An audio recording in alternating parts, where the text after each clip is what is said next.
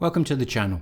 Today we're going to continue our series of videos for the Link & Link Intelligent Super Gateway. In this video we'll teach you how to upgrade your iSG firmware, then how to remote access into your iSG Home Assistant instance from any desktop in your network. Then we'll show you how to link your iSG to another instance of Home Assistant and make the devices available within your iSG dashboard, allowing for full control. So let's dive on in and use the power of TCP to link up our iSG with Home Assistant. You'll need an iSG that is already installed on your network.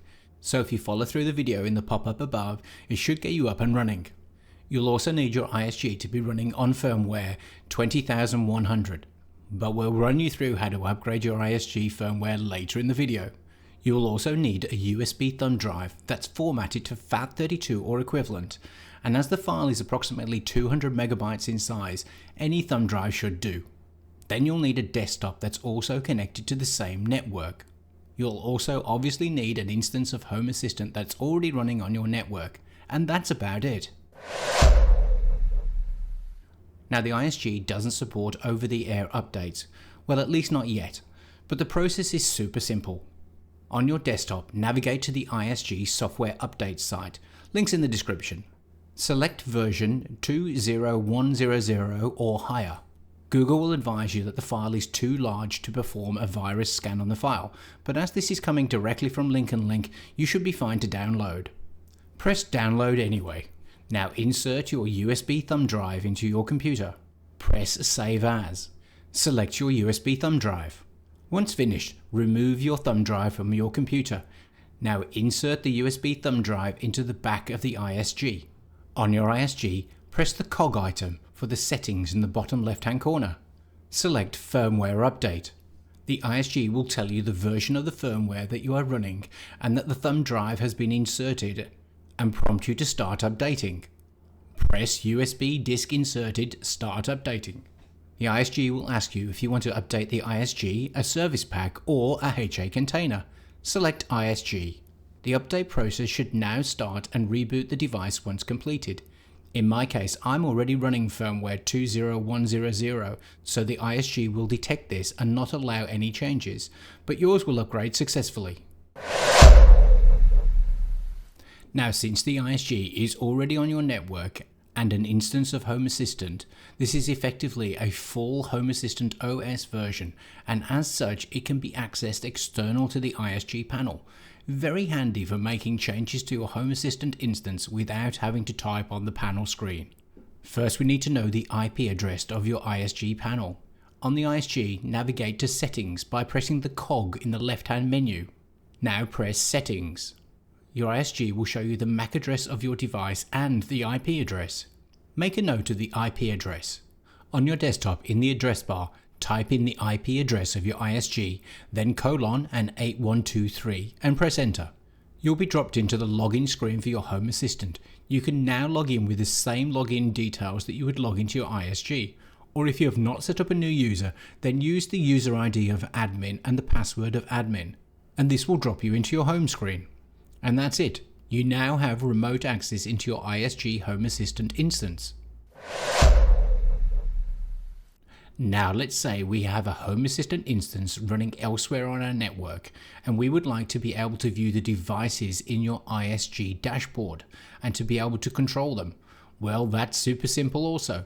On your desktop, open up a new tab, and in your external Home Assistant instance, navigate to your user profile in the bottom left-hand corner. Now select Security on the top menu. Scroll down to the bottom till you see Long-Lived Access Tokens. Press Create Token. Give your token a name, such as iSG. Press OK. Home Assistant will generate a long-lived token that we can use within the iSG to allow access. Press the copy icon to the right of the token, which is the alphanumeric characters. You can now close out of this window by pressing the cross in the top right-hand corner. Navigate back to the remote access into the iSG Home Assistant that you previously opened on the desktop. Now press the to-do list on the left-hand menu. Now paste the entry into the add item and press enter. Now move back to your iSG. Press the to-do list.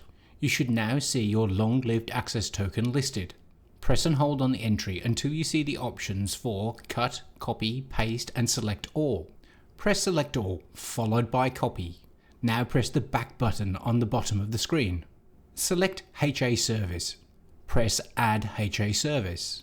Enter the name of the external Home Assistant instance, such as EXTHA. Enter the IP address of your external Home Assistant instance that you would normally use. Just remember this is the IP address and not the local address of Home Assistant :8123. For the port, enter 8123.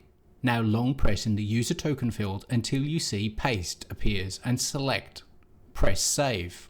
As long as you've entered all the information correctly, your iSG will report that the external Home Assistant is now connected. Now we have done all our preparation work, we can now link and display our external Home Assistant devices on the iSG dashboard. Press the Devices button from the left-hand menu. Press the plus icon in the top right of the screen. Select Home Assistant. You will now see all your devices listed from your external Home Assistant.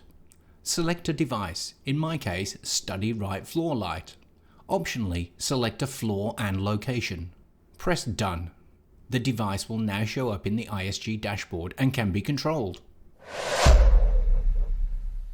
So that's upgrading your iSG firmware, remote viewing of your iSG Home Assistant instance, linking your iSG to an external Home Assistant instance that allows control of the devices within the iSG dashboard.